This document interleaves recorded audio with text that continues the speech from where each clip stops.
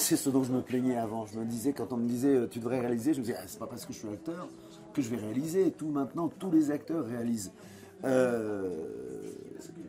tous les acteurs ne deviennent pas réalisateurs, mais c'est tentant.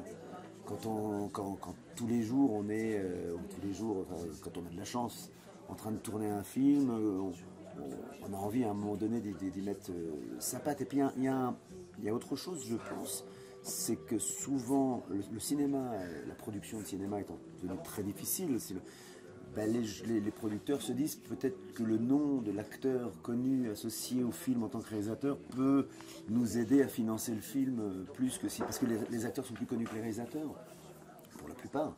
Donc voilà, donc c'est une des raisons pour lesquelles je ne voulais pas tout de suite réaliser. Je ne voulais pas que ce soit juste, moi quand on me disait réalise ton film, je disais oui, c'est pourquoi? C'est pour avoir mon nom 2 fois dans le... Je voulais que ça soit mérité, ça se mérite de réaliser un film, en tout cas d'attirer l'attention des producteurs avec une histoire. Être un personnage de comédie et écrire pour une comédie, c'est aussi 2 choses très différentes. Ah Il oui. faut savoir faire les deux du coup quand on devient... Faut pas savoir faire les deux, mais ce sont 2 choses différentes. Écrire, ah oui, écrire et jouer, ce sont 2 choses différentes. Alors, moi je fais les deux, mais on n'est pas obligé d'être Danny Boone, fait les deux. Beaucoup d'ailleurs, Audrey Dana fait les deux, Jim Kérissi fait les deux aussi. Je pense qu'effectivement la majorité des...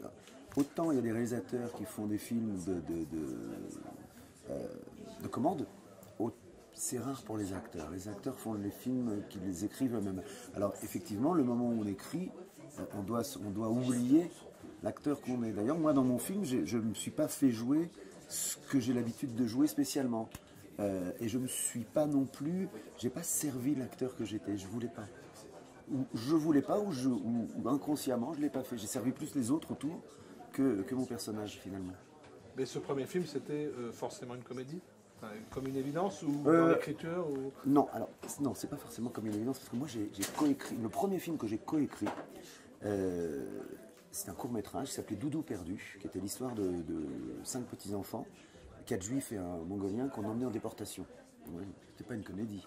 Moi, je pense que si j'avais pas fait de comédie, si tout à coup je n'avais pas rencontré les réalisateurs de comédie ou que je n'étais pas bifurqué vers la comédie, oui, j'aurais plus été tenté d'écrire des drames. Mais j'ai goûté à la comédie. Quand on goûte à la comédie, et puis quitte à réaliser, je veux dire, faut pas duper le public. Si moi je réalise et que je dois intéresser un tant soit peu des gens, ils ont envie que ce soit en étant drôle. Alors, avec mon premier film, j'ai mis un peu les deux.